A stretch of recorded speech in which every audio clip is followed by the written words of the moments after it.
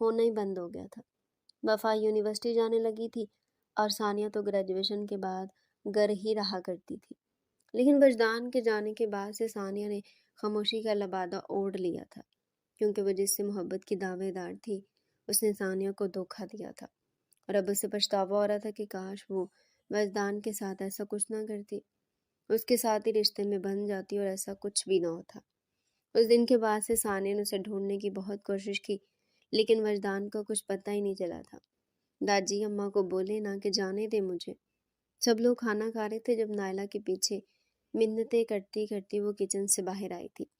ان چند مہینوں میں اس کا روپ مزید نکھرا تھا، رنگت میں بھی کافی نکھار آیا تھا۔ ابیلی سے کافی دبلی نظر آتی تھی، بال اس کے مزید بڑے ہو گئے تھے جو اب ہمیشہ اس کی کمر پر بکھرے رہتے تھے، اور کچھ آوارہ لٹیں جو ہمیشہ اس کے چہرے پر جھولتی رہتی تھی۔ لال کلر کی فراک میں ملبوس لالی خود سے پاؤں میں اڑے سے وہ رونی صورت بنائے اب داجی کی طرف آئی تھی، اور ان کے پاس ہی کرسی کھینچ کر بیٹھی اور ڈائننگ ٹیبل پر سر رکھے مصنوعی رونے لگی۔ میری بچی کو کیا چاہیے؟ داجی نے محبت پاش نظروں سے وفا کو دیکھ کر کہا تھا۔ اس دن کے بعد سے ان کا لہجہ ہمیشہ ہی وفا کے لیے محبت سے لبریز ہوا کرتا تھا۔ انہوں نے اب کبھی وفا پر سخت نظر بھی نہیں ڈالی تھی۔ پہلے تو وہ پیار سے کبھی اسے ڈانٹ دیا کرتے تھے، لیکن اس دن کے بعد سے داجی نے اسے پیار سے بھی نہیں ڈپٹا تھا، اور ان کی اسی عادت نے وفا کو مزید بگاڑ دیا تھا، اور وہ رو دو کر اپنی ہر بات منوا لیا کرتی تھی۔ داجی ہماری کلاس کل ٹرپ پر جا رہی ہے، لیکن ماما مجھے اجازت ہی نہیں دے رہی۔ ان کو بولے نا صرف ایک ہفتے کی ٹرپ ہے، میں بہت جلدی واپس آ جاؤں گی۔ وہ اپنے ہاتھ جوڑتی داجی کے سامنے آنکھیں پٹ پٹا کر معصومیت کے ہر حد پار کرتی بولی تھی۔ داجی مسکرائی اور محبت سے اس کا سر تھپ تھپایا۔ اگر میری بچی جانا چاہتی تو جانے دو۔ نائلہ تمہیں کوئی اعتراض ہے؟ داجی نے پہلے وفا کو اجازت دی، پھر نائلہ سے سوال کیا۔ انہوں نے کندھے اچکا دیے۔ مطلب صاف تھا، اگر داجی سے اجازت مل گئی ہے تو آخر وہ کون ہوتی ان کی پیاری پوتی کو منع کرنے والی؟ اور انہوں نے منع کر کے داجی کے غصے کو آواز تھوڑی نہ دینی تھی، اس لیے بس وہ خاموشی سے کندھے اچکا کے، جبکہ وہاں بیٹھا ہر فرد مسکرایا تھا سوائے ثانیہ کے، جو خاموشی سے بس اپنے کھانے کی طرف متوجہ تھی۔ Thank you داجی۔ وہ چہک اٹھی تھی اور پھر خوشی سے کھانا ڈھالنے لگی۔ اس نے جلدی جلدی اپنا کھانا کھایا تھا اور اپنے کمرے میں جا کر بند ہوئی تھی، کیونکہ اب اسے ٹرپ کے لیے تیاری کرنی تھی۔ وہ اس وقت تیار ہو کر حویلی کے دروازے پر کھڑی اپنی ماں کی لمبی چوڑی ہدایات سن رہی تھی۔ داجی کمرے سے باہر نکلے تو وہ چہک کر ان کے سینے سے لگے۔ داجی دیکھے نا، کب سے اماں بس ایک ہی رٹ لگائے ہوئے ہے کہ سب کے ساتھ رہنا، کہیں جانا نہیں، کھانا ٹائم پر کھانا۔ اب انہیں بتائیں میں کوئی بچی ہوں جو اپنا خیال نہیں رکھ سکتی؟ وہ معصومیت سے آنکھیں پٹ پٹا کر بولی۔ ملیحہ اور فریحہ بیگم نے مسکرا کر نفی میں سر ہلایا۔ وہ ہمیشہ بڑے بننے کی کوشش کرتی تھی، لیکن ہمیشہ بے وقوفانہ حرکتیں کر جاتی تھی، اسی لیے تو نائلہ بیگم کی ہدایات کی لسٹ کچھ زیادہ ہی لمبی تھی۔ بیٹا، اب اگر بچی نہ ہوتی تو یقیناً ان کی ہدایت کی لسٹ تھوڑی چھوٹی ہوتی، لیکن کیا کرے، تم ہو بچی تو تمہیں بچی کی طرح ٹریٹ کرنا پڑتا ہے۔ ملیحہ بیگم نے مسکرا کر کہا تو وفا نے منہ بسورا اور ان کی گردن میں ہاتھ حائل کر کے مسکرائی۔ آپ لوگ بھی اپنا بہت سارا خیال رکھیے گا۔ پہلی دفعہ آپ لوگوں سے اتنی دور جا رہی ہوں نا تو دل بہت اداس ہے۔ وہ مصنوعی افسوس سے کہتی ان سے دور ہوئی اور فریحہ بیگم کی پیشانی چوم کر اپنی ماں کی طرف آئی، اور ان کی پیشانی چومتی دانتوں کی نمائش کر کے حویلی سے باہر نکل گئی تھی، جبکہ پیچھے سب اس کی معصومانہ حرکت پر مسکرائے اور پھر اپنی کام کی طرف متوجہ ہوئے۔ بیک وقت فریحہ بیگم اور نائلہ بیگم نے پلٹ کر واپس حویلی سے نکلتی وفا کو دیکھا تھا۔ آنکھیں نم ہوئی تھی، دل میں ایک انجانا درد اٹھا تھا۔ دونوں اپنا دل تھامتی حویلی کے اندرونی حصے کی طرف چلی گئی تھی۔ تم آخر چاہتے کیا ہو؟ اور تم نے اس پر نظر کیوں رکھی ہوئی ہے؟ وہ لیپ ٹاپ میں ایک ویڈیو پلے کرتا بولا تھا۔ اس سے پہلے وہ ویڈیو میں نظر آنے والے وجود کو دیکھتا، مقابل نے غصے سے لیپ ٹاپ بند کیا اور چہرہ پھیر لیا۔ تم نے مجھے ویڈیو لا کر دے دی، تمہارا کام ختم ہوا، تمہیں اس کی قیمت مل جائے گی، اب تم یہاں سے جا سکتے ہو، وہ روبدار لہجے میں بولا۔ چہرے پر سنجیدگی سجائے وہ اب کھڑکی سے باہر دیکھ رہا تھا۔ بڑا ہی احسان فراموش ہے سالے تیرے لیے، میں تصویریں کھینچ کھینچ کر لا کر دوں، پل پل کی خبر میں دوں، اور تو مجھ سے اس کو ایسے چھپا رہا ہے جیسے میں نے اس کو پہلے کبھی دیکھا ہی نہیں۔ ویسے ایک بات کہوں، لڑکی ہے تو پیاری، وہ دانتوں کی نمائش کر کے کہتا اس سے تھوڑا پیچھے ہوا تھا، ورنہ کوئی غرض نہ تھا کہ مقابل اس کے دانت توڑ دیتا۔ اب نکل یہاں سے۔ مقابل نے دانت نکوستے کہا تو وہ اسے سلیوٹ کرتا باہر نکلا تھا، جیسے کہ وہ کوئی آدمی آفیسر ہو۔ وہ نفی میں سر ہلاتے لیپ ٹاپ آن کر کے دیکھنے لگا اور بس میں چڑھتے وجود کو دیکھ کر اپنے پلان کو ترتیب دینے لگا۔ وہ لوگ اس وقت پہاڑی علاقے میں موجود تھے۔ آس پاس برف سے گھری پہاڑی تھی۔ وفا کے تو باقاعدہ دانت بجنے لگے تھے۔ سفر کرنے کی وجہ سے وہ اکثر تھک جایا کرتی تھی، اور اب بھی اس کے ساتھ یہی ہوا تھا۔ اس کا تھکان سے برا حال تھا، سر چکرا رہا تھا اور آنکھیں بار بار بند ہو رہی تھی۔ وہ اپنے سب ساتھیوں کو وہیں چھوڑ سب سے پہلے آرام کرنے کی سوچ سے کمرے میں چلی گئی تھی، جبکہ سب لوگ مری کن سرد پہاڑیوں کے درمیان آگ جلا کر بیٹھے لطف اندوز ہو رہے تھے۔ ان سے تھوڑی دور ایک ہوٹل تھا جس میں وہ لوگ رہائش پذیر تھے۔ وہ کمرے میں پہنچ کر اپنے بیڈ پر لیٹی تھی کہ وہ فوراً نیند کی وادیوں میں اتر گئی تھی۔ اس کے کمرے میں کوئی داخل ہوا تھا اور ساتھ ہی ایک اور وجود تھا۔ اس نے پلٹ کر پیچھے دیکھا اور مسکرایا۔ میں آپ کا بہت شکر گزار ہوں کہ آپ نے میرے کہنے پر یہ ٹرپ رکھی اور میری بیوی کو آپ یہاں تک لے آئے۔ وہ مسکرا کر کہتا پرنسپل سے ہاتھ ملا رہا تھا۔ یہ تو ہماری خوش قسمت ہے کہ ہم آپ کے کام آئے۔ اب آپ کا جو بھی میٹر ہو آپ لوگ سولو کر لیجئے گا۔ ایک ہفتے تک ہم لوگ یہیں ہیں۔ پرنسپل نے مسکرا کر کہا اور پھر کمرے سے نکل گیا۔ اب ایسی جگہ لے کر جاؤں گا جہاں تمہاری چیخیں سننے والا بھی کوئی نہیں ہوگا۔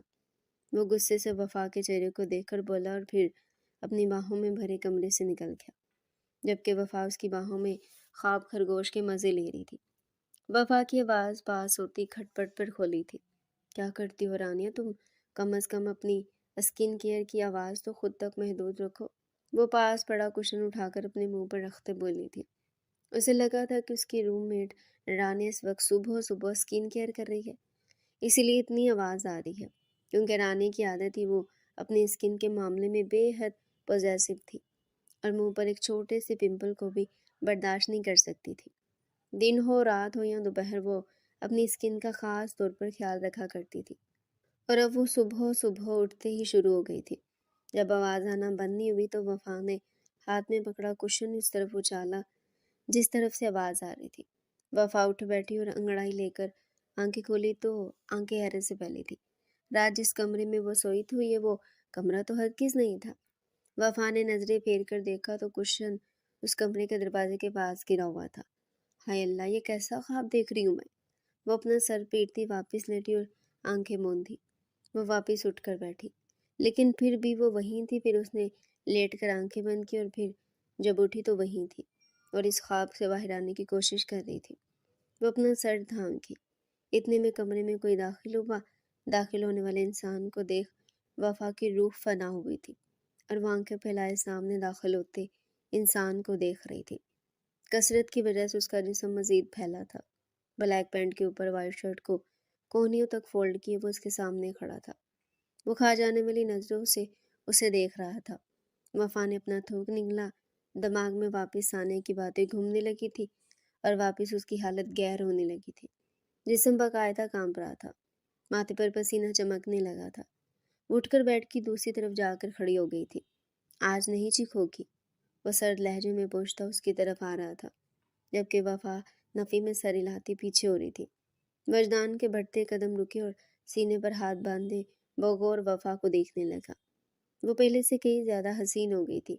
کالے گھنے آبشار سے بال اس کی کمر پر بکھرے تھے، چند آوارہ لٹیں اس کے چہرے کا طواف کر رہی تھی۔ گہری آنکھوں میں موجود آنسو آنکھوں کو مزید حسین بنا رہے تھے۔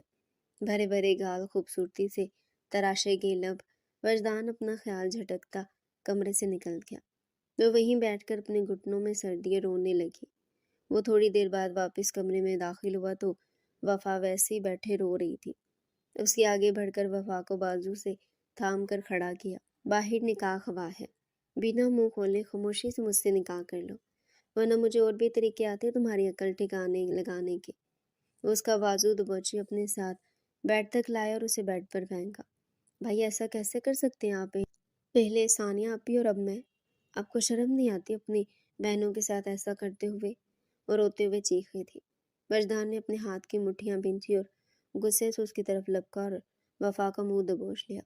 اس دن وہ گری ہوئی حرکت کرنے سے پہلے تم نے نہیں سوچا تھا کہ جس کے ساتھ وہ حرکت کرنے جا رہی ہو وہ میرا بھائی ہے؟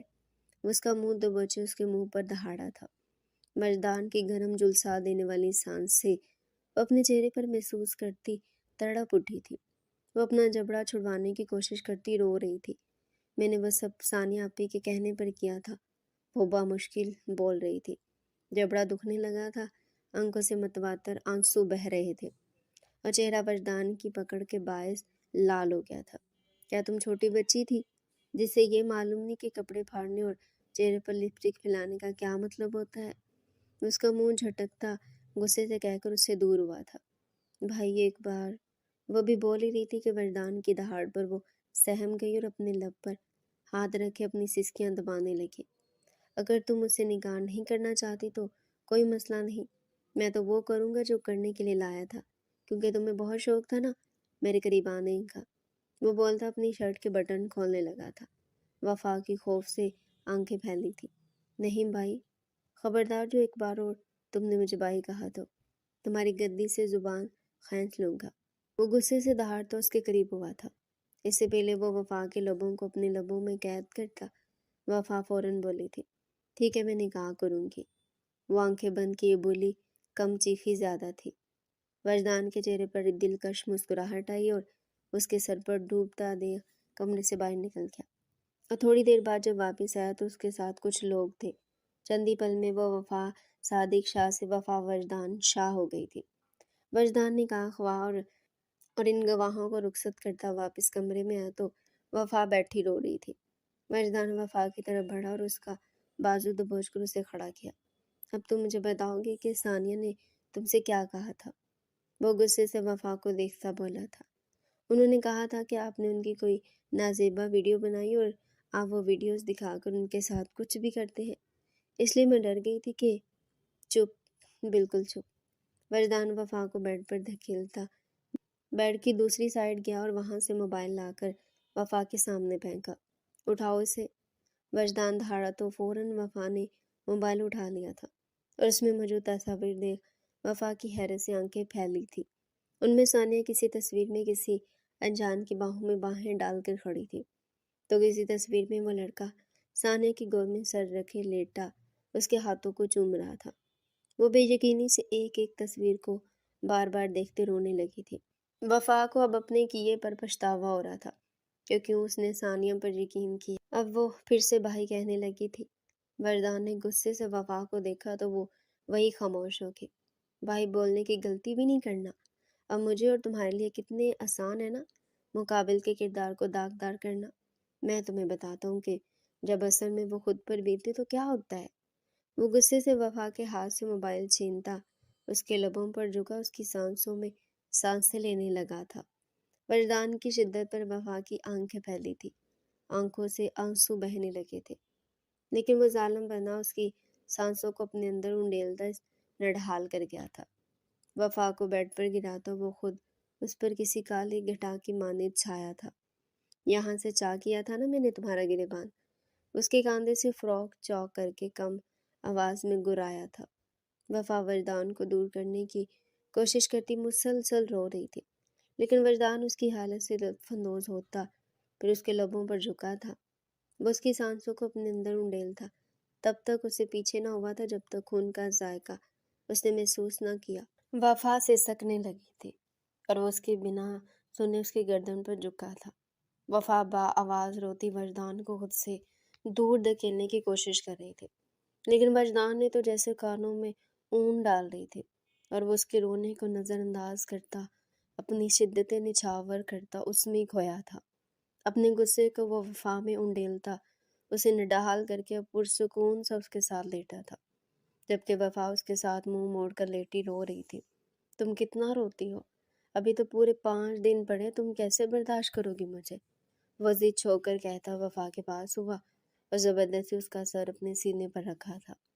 وفا کا چہرہ کسی گلاب کے معنی سرخ ہو رہا تھا وجدان کو سمجھ نہیں آیا تھا کہ وہ اسے اس وقت اتنی خوبصورت کیوں لگ رہی ہے۔ وہ سمجھ نہیں پا رہا تھا وفا کا چہرہ شرم سے لال ہوا یا رونے کی وجہ سے چہرے اور گردن پر اس کے دیے نشانات دیکھ وہ بہکا تھا، اور اب نرمی سے اس کے جسم کے پور پور چومتا وہ ایک بار پھر اس پر جھکا تھا، نرمی سے اس کو خود میں سمیٹتا ایک بار پھر اس کے سراپے میں بھکا تھا۔ وفا روتی سسکتی آہیں بھرتی اس کی شدتوں کو برداشت کرتی اس کی باہوں میں پڑی رہی۔ پورے ایک ہفتے بعد ہی وردان وفا کو واپس یونیورسٹی کے ساتھیوں کے ساتھ چھوڑ واپس چلا گیا تھا۔ اس دن کے بعد سے وفا خاموش ہو گئی تھی۔ وہ گھر آئی تو اس نے یونیورسٹی جانا چھوڑ دیا تھا۔ وہ بس خاموشی سے ایک جگہ پڑی رہتی، نہ کسی سے بات کرتی تھی اور نہ ہی کسی سے ملتی تھی۔ ثانیہ تو اسے ملنا بھی چھوڑ دیا تھا۔ اگر وہ سامنے آ بھی جاتی تو وہ اسے بنا کچھ کہے غصے سے وہاں سے چلی جاتی تھی۔ ثانیہ کو اس کا رویہ بہت عجیب لگتا تھا، لیکن اسے فرق ہی کہاں پڑتا تھا۔ وہ بس اپنے آپ میں مگن رہتی، جو دل میں آتا وہ کرتی۔ فریحہ بیگم، ملیحہ اور نائلہ بیگم نے بھی یہ بہت اچھے سے محسوس کیا تھا کہ وفا اب ثانیہ سے کٹ کر رہنے لگی۔ پوچھنے پر بھی اس نے کچھ نہ کہا اور بس یوں ہی اکیلے میں روتی رہتی اور اپنے کیے پر پچھتاتی رہتی، لیکن اب وقت نکل گیا تھا، پچھتانے سے کچھ بھی نہیں ہونا تھا۔ 5 مہینے بعد وفا کو اپنی طبیعت کافی بہت بوجھل لگنے لگی تھی اور اس کا جسم بھی وقت کے ساتھ بڑھتا جا رہا تھا۔ اچھا چھپ کر وفا پر نظر رکھتی، لیکن جب اسے حقیقت معلوم ہوئی تو حیرت کا شدید جھٹکا لگا تھا۔ وہ سب کو حقیقت بتانے بے حد خوش ہو رہی تھی۔ اسے نہیں معلوم تھا یہ بچہ کس کا ہے۔ وہ تو بس اب وفا کو سب کی نظروں میں گرانا چاہتی تھی۔ ذہن میں چند ماہ پہلے والا وفا کا ٹرپ لہرایا۔ اسے تو ایک اور ثبوت مل گیا تھا اس کی بات کو سچ کرنے کا، اور اب وہ اس کو فکر تھی کہ یہ الزام کس پر لگائے۔ وفا کے کمرے میں پڑی رپورٹس اسے یاد آئی جو وہ اٹھا کر لائی تھی۔ رپورٹس کھول کر دیکھی تو اسے حیرت کا شدید جھٹکا لگا تھا۔ آخر یہ کیسے ہو سکتا تھا؟ وہ رپورٹس اپنے پاس رکھتی بس آنے والے وقت کو سوچ سوچ کر خوش ہو رہی تھی۔ آج وہ ہمت کرتی کمرے سے باہر نکلی تھی اور کھلی ہوا میں سانس لینے کی غرض سے وہ باہر جا رہی تھی کہ اس کا سر چکرایا۔ اس سے پہلے وہ زمین بوس ہوتی ملیحہ بیگم نے اسے پکڑ لیا تھا، اسے لے کر ڈائننگ ٹیبل کے پاس آئی اور اسے کرسی پر بٹھایا۔ تمہارا چہرہ کتنا پیلا پڑا ہوا ہے، چلو ہم ڈاکٹر کے چلتے ہیں، وہ محبت سے وفا کا چہرہ تھام کر بولی۔ ہاں، اور دیکھو ہر وقت کمرے میں پڑی رہتی ہو تو کیسے پھولتی جا رہی ہو۔ فریحہ بیگم کا کہنا تھا کہ وفا اچھل کر اپنی جگہ پر کھڑی ہوئی۔ مجھے کسی ڈاکٹر کے نہیں جانا، اور ٹھیک ہوں میں، چکر مجھے ویسے ہی آ رہے ہیں، اور آپ لوگ ہی تو چاہتے تھے کہ میں موٹی ہو جاؤں، اب ہو رہی ہوں تو آپ لوگوں کو اس سے بھی مسئلہ ہے، وہ چڑ کر غصے سے کہتی وہاں سے نکل گئی تھی۔ فریحہ بیگم اور ملیحہ بیگم نے حیرت سے ایک دوسرے کو دیکھا۔ وفا نے کبھی اس قدر بدتمیزی سے کسی سے بات نہیں کی تھی۔ اس کا چکر آنا، نہ کھانا اور ہر وقت الٹیاں کرتے رہنا کسی اور چیز کی نشاندہی کر رہا تھا، لیکن انہیں اپنی بیٹی پر بھروسہ تھا کہ وہ ایسا کچھ بھی نہیں کر سکتی جس سے اس کے کردار پر انگلی اٹھے۔ اس لیے کسی نے وفا سے بات کرنا بھی مناسب نہ سمجھا اور اس کی بیماری کی وجہ اس کی سستی کو سمجھتے رہے۔ دور کھڑی ثانیہ کے چہرے پر ایک شیطانی مسکراہٹ آئی تھی اور وہ کچھ سوچتی اپنے کمرے میں واپس چلی گئی۔ وفا واپس اپنے کمرے میں آئی اور دروازہ بند کیا اور دروازے کے ساتھ لگے بیٹھ کر پھٹ پھٹ کر رونے لگی۔ خیال وجدان کا ہے تو آنسو صاف کرتی اٹھی اور اپنا موبائل اٹھا کر وجدان کو کال کیا۔ اس ظالم نے ایک بار بھی پلٹ کر وفا کو نہیں دیکھا تھا کہ وہ کیسی ہے، یا کسی نئی نکاح کرنے کے بعد اسے اتنا لاغرض ہو گیا تھا کہ شاید وہ بھول ہی گیا تھا کہ وفا نام کی کوئی فرد اس کی زندگی سے اب جڑی ہے۔ ہیلو وجدان، وجدان کے کال اٹھاتے ہی وفا رونے لگی تھی۔ وجدان جو کسی میٹنگ میں مصروف تھا، وہ وفا کے رونے پر پریشانی سے میٹنگ چھوڑ کر باہر نکلا تھا، لیکن اس کے بڑھتے قدم رکے اور چہرے پر پریشانی کی جگہ سنجیدگی نے لے لی تھی۔ کیا مسئلہ اور یہ رونا مجھے کیوں سنا رہی ہو تم؟ تمہاری ثانیہ آپی کو دکھاؤ، وہ غصے سے کہتا رابطہ منقطع کرنے ہی لگا تھا کہ وفا جلدی سے بولی، میں ایکسپیکٹ کر رہی ہوں وجدان، اور یہاں گھر میں ہمارے نکاح کے بارے میں کسی کو نہیں پتا، تم یہاں آ کر سب کو حقیقت بتاؤ ورنہ مجھے مجبوراً اس بچے کو۔ یہ سب بولتے وقت وفا پر کیا بیت رہی تھی وہ وہی جانتی تھی۔ دل تھا کہ پسلیوں کا جاڑ توڑ کر باہر آنے کو تھا، وجود کانپنے لگا تھا۔ آخر وہ ماں ہو کر کیسے اپنے بچے کے بارے میں ایسے بات کر سکتی تھی۔ وہ دل سے دعا کر رہی تھی کہ کاش وجدان اس بچے کو اپنانے کے بارے میں بات کرے اور وہ کہے کہ وہ اس بچے کو نام دے گا۔ وہ بھی بول ہی رہی تھی کہ وجدان دھاڑا تھا، ٹھیک ہے۔ وفا کے منہ سے نکلنے والے الفاظ کو وہ جانتا تھا، اس لیے وہ اپنے خوف کو چھپاتا فوراً بولا تھا، اس دن کی ساری حقیقت تم سب بڑوں کو بتا دو تو میں اس بچے کو نام دینے کے لیے تیار ہوں۔ وہ کہتا بنا وفا کے سنے رابطہ منقطع کر گیا تھا۔ چہرے پر ایک دلکش مسکراہٹ آئی تھی تو وہی سنجیدگی بھی عروج پر تھی۔ آخر تم ہوتی کون ہو میرے بچے کے بارے میں یہ بات کرنے والی؟ وہ موبائل کو دیکھ کر ایسا دھاڑا تھا جیسے وہ وفا ہی ہو۔ مسٹر اذان، یہاں سب سنبھال لیجیے گا، میں بہت ہی جلد واپس آؤں گا، اور میرے باپ بننے کی خوشی میں آفس والوں کو ٹریٹ دے دیجیے گا۔ وہ میٹنگ روم میں کھڑے اپنے مینیجر کو چہک کر کہتا، سب کو نظر انداز کرتا وہاں سے نکل گیا تھا، جبکہ میٹنگ روم میں بیٹھے سب لوگ حیرت سے وجدان کو دیکھ رہے تھے۔ جب وہ باہر نکلا تو اس کے چہرے پر پریشانی تھی، اب واپس آیا تو وہ خوشی سے چہک رہا تھا، پھر اسی خوشی کی وجہ سن کر وہ بھی خوش ہوئے تھے۔ وجدان نے وفا کو کہہ دیا تھا کہ جب وہ گھر آئے گا تو تبھی وہ سب کو حقیقت بتائے گی، اور اب وجدان کو بس صادق، آلیان اور ساجد کے گھر میں آنے کا انتظار تھا۔ وفا اسے بتا چکی تھی کہ داجی نے ابھی تک ان کو کچھ بھی نہیں بتایا، اور جیسے ہی وجدان کو موقع ملا تب وہ گھر میں گیا۔ اس وقت داجی، آلیان، صادق اور ساجد کے ساتھ لاؤنج میں بیٹھے تھے، جبکہ فریحہ، ملیحہ اور نائلہ بیگم کھانا لگا رہی تھی۔ ثانیہ اپنے کمرے سے باہر نکلی تھی۔ صادق، آلیان اور ساجد و وجدان کو دیکھ چہک اٹھے تھے، جبکہ داجی کے چہرے سختی تر آئی تھی، تو وہیں فریحہ، نائلہ اور ملیحہ تینوں نے اس سے منہ موڑ لیا تھا۔ ثانیہ تو وجدان کو دیکھ ساخت کھڑی رہی تھی، وہ کتنا بدل گیا تھا، وقت پہلے سے کئی زیادہ خوبرو دلکش ہو گیا تھا۔ وہ تو یہاں ان کے سر پر بم پھوڑنے کے لیے آئی تھی، لیکن یہاں وجدان کو دیکھ وہ سمجھ گئی تھی کہ اس کی بازی پلٹنے والی ہے۔ لیکن وہ بھی ثانیہ تھی جو وہ موقعوں کو سنبھالنا اچھے سے جانتی تھی۔ وجدان سب سے مل کر داجی کے بغل میں بیٹھ گیا تھا، جبکہ داجی نے اسے منہ موڑے غصے سے بیٹھے تھے کہ آخر اسے یہاں آنے کی کیا ضرورت تھی۔ وجدان، کتنے ہی ٹائم بعد آئے ہو تم، اور تم نے ایک دفعہ بھی ہم سے رابطہ کرنا مناسب نہیں سمجھا؟ اگر داجی نے تمہیں کسی کام کے لیے بھیجا تھا، اس کا مطلب یہ نہیں تھا کہ تم اپنے گھر والوں سے لاغرض ہو جاؤ۔ صادق صاحب نے خفگی سے کہا، معاف کیجیے گا لیکن داجی نے منع کیا تھا کہ کام کے دوران میں گھر والوں سے کسی بھی طرح کا رابطہ نہ رکھوں۔ وہ کندھے چکا کر کہتا، داجی کو زج کرنے کی پوری کوشش کر رہا تھا۔ وہ دانت نکالتا بار بار داجی کی پیشانی چوم لیتا۔ داجی اپنا غصہ ضبط کرتے ہاتھوں کی مٹھیاں بنائے بیٹھے تھے۔ وجدان کی نظریں تو بار بار اس دشمن جاں کو ہی ڈھونڈ رہی تھی۔ بے یقینی برقرار تھی کہ سیڑھیوں سے اترتی وفا کو دیکھ وہ مسکرایا تھا۔ اس کا جسم بھرا ہوا تھا اور چہرے پر ایک الگ چمک محسوس ہوئی تھی، آنکھیں نم تھی۔ وہ اس کا سٹتا پاؤں جائزہ لے رہا تھا کہ اس کی خوف سے آنکھیں پھیلی تھی۔ وہ صوفہ پلانگ کر وفا کی طرف بڑھا۔ وفا کو نیچے اترتے دیکھ ثانیہ کے چہرے پر ایک شیطانی مسکراہٹ آئی تھی، لیکن وجدان کو ایسے اس کی طرف بڑھتا دیکھ وہ حیرت سے وجدان کو دیکھ رہی تھی۔ وفا کا پاؤں پھسلا، بر وقت وجدان نے اسے اپنی باہوں میں بھر لیا تھا۔ وجدان نے قہر آلود نظروں سے ثانیہ کو دیکھا، اس کے چہرے کے رنگ فک ہونے لگے تھے۔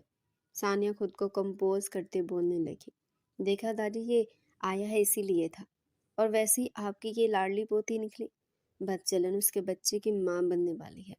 پہلے سے اس سے چکر چل رہا تھا وفا کا، ایک ناجائز اولاد کو لیے ساتھ گھوم رہی ہے۔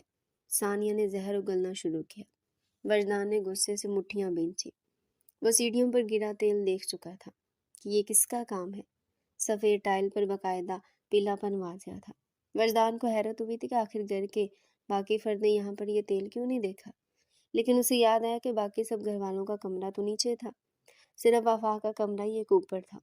اس سے پہلے کوئی کچھ بولتا وفا بولی تھی، ثانیہ آپ ہی جھوٹ بولنا بند کر دیں۔ اور کتنا جھوٹ بولیں گی؟ جن کے کردار میں خود کھوٹ ہو وہ دوسرے کے کردار پر بات نہیں کیا کرتے۔ وفا وجدان کا سہارا لیتی چیخ کر بولی تھی۔ وجدان تو اب بھی قہر آلود نظروں سے ثانیہ کو ہی دیکھ رہا تھا۔ اس دن جو بھی دیکھا آپ لوگوں نے، وہ سب کچھ میں نے ثانیہ آپی کے کہنے پر کیا تھا۔ وجدان نے تو ایسا کچھ کیا بھی نہیں تھا، وفا غصے سے کہتی اپنا چکراتا سر تھام گئی۔ وہ پہلے سے کم خوراک کھانے لگی تھی، جس کی وجہ سے اب بہت کمزور ہو گئی تھی، زیادہ تیز آواز میں بولنے سے بھی وہ غنودگی میں جانے لگتی تھی۔ وجدان نے اس کو سہارا دیا اور اپنے کوٹ میں موجود ایک کاغذ نکال کر ثانیہ کے منہ پر پھینکا۔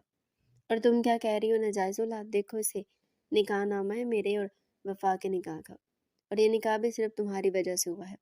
اور کتنے نکاح نامے چاہیے یہ لو؟ وہ ایک ساتھ نہ جانے کتنے نکاح نامے کی فوٹو کاپیاں ثانیہ کے منہ پر پھینک چکا تھا۔ وفا اچانک کے وجدان کی باہوں میں جھول گئی تھی۔ وجدان وہاں کھڑے ہر فرد کو نظر انداز کرتا وفا کو اپنی باہوں میں لیے وہاں سے نکل گیا تھا۔ داجی صوفے پر گرنے والے انداز میں بیٹھے تھے۔ باقی مردوں کو تو سمجھ ہی نہیں آ رہا تھا کہ وہاں ہوا کیا ہے۔